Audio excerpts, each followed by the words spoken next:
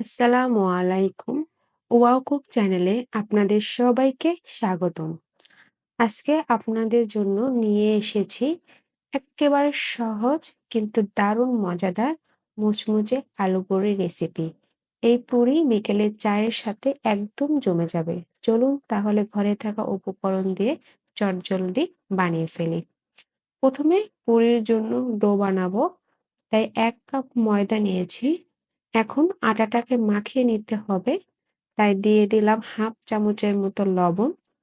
তারপর একটুখানি তেল দিয়ে খুব ভালোভাবে আটার সাথে তেলটা মাখিয়ে নিতে হবে।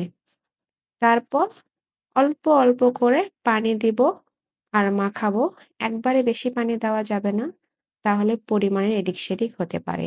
আর এখানে আমি নরমাল পানি দিয়েছি, গরম পানি দেওয়ার দরকার নেই।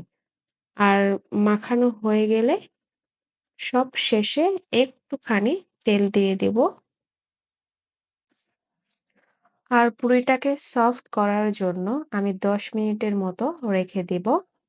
তারপর চলে গেলাম পুরির ভিতরে দেওয়ার পুর বানাতে।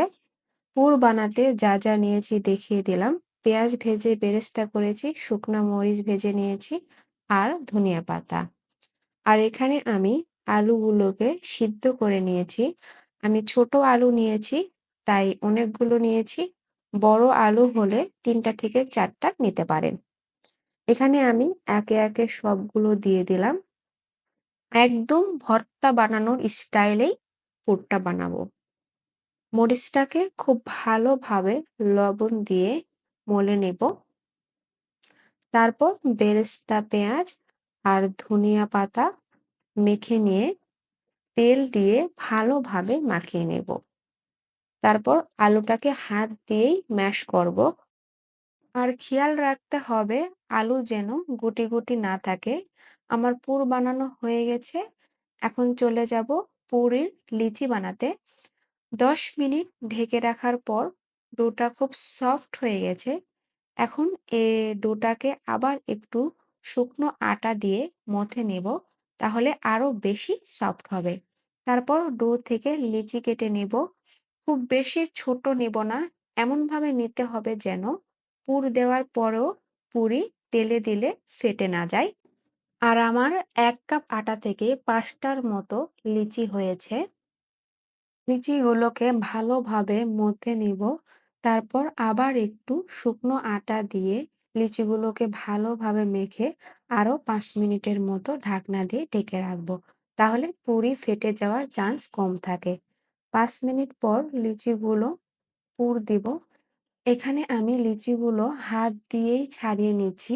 আপনারা চাইলে বেলেও নিতে পারেন, যেভাবে সুবিধা মনে করেন। তারপর এর মধ্যে আলুর পুর বা ভর্তাটা দিয়ে দিব। আর এটাকে অনেকটা পুলি পিঠার মতোই মুড়ে নিলেই হবে।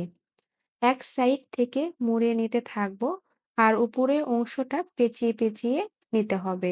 আপনারা একটু দেখলেই বুঝতে পারবেন। মুড়ে নেওয়া হয়ে গেলে চারদিকে আটা দিয়ে নিব, তাহলে খুলে যাওয়ার চান্স কম থাকে। আর এই কাজটা খুব ভালোভাবে করতে হবে। আমি আরো একটা করে দেখালাম। হাত দিয়েই মেলিয়ে নিতে হবে আর ঠিক পুলি পিঠার মতোই মুড়িয়ে নিতে হবে।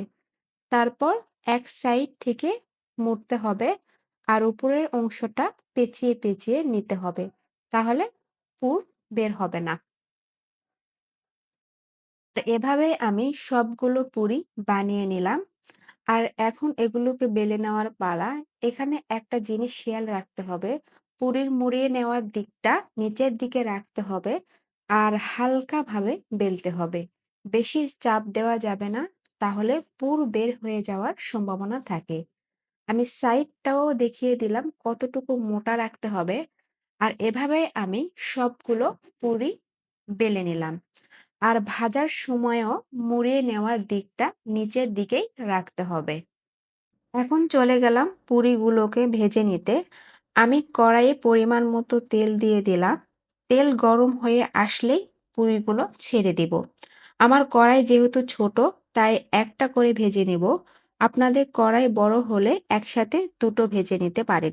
কিন্তু একসাথে বেশি ভাজা যাবে না, তাহলে পুরির ভিতরে ভালোভাবে কুক হবে না। আর যখন পুরি ফুলতে শুরু করবে, তখন এভাবে তেল উপরে উঠিয়ে দেওয়ার চেষ্টা করবেন। তাহলে পুরি খুব সুন্দরভাবে ফুলবে। দেখুন কত সুন্দরভাবে পুরি ফুলে যাচ্ছে। আর মিডিয়াম টু লো হিটে পুরিগুলো ভাজতে হবে। তাহলে ভেতরে খুব ভালোভাবে সিদ্ধ হবে। এপাশ ওপাশ করে সুন্দর করে ভেজে নেব। আর নিজেদের পছন্দ মতো পুরির কালার চলে আসলে একটা ছাঁকুনি করে উঠিয়ে ফেলবো।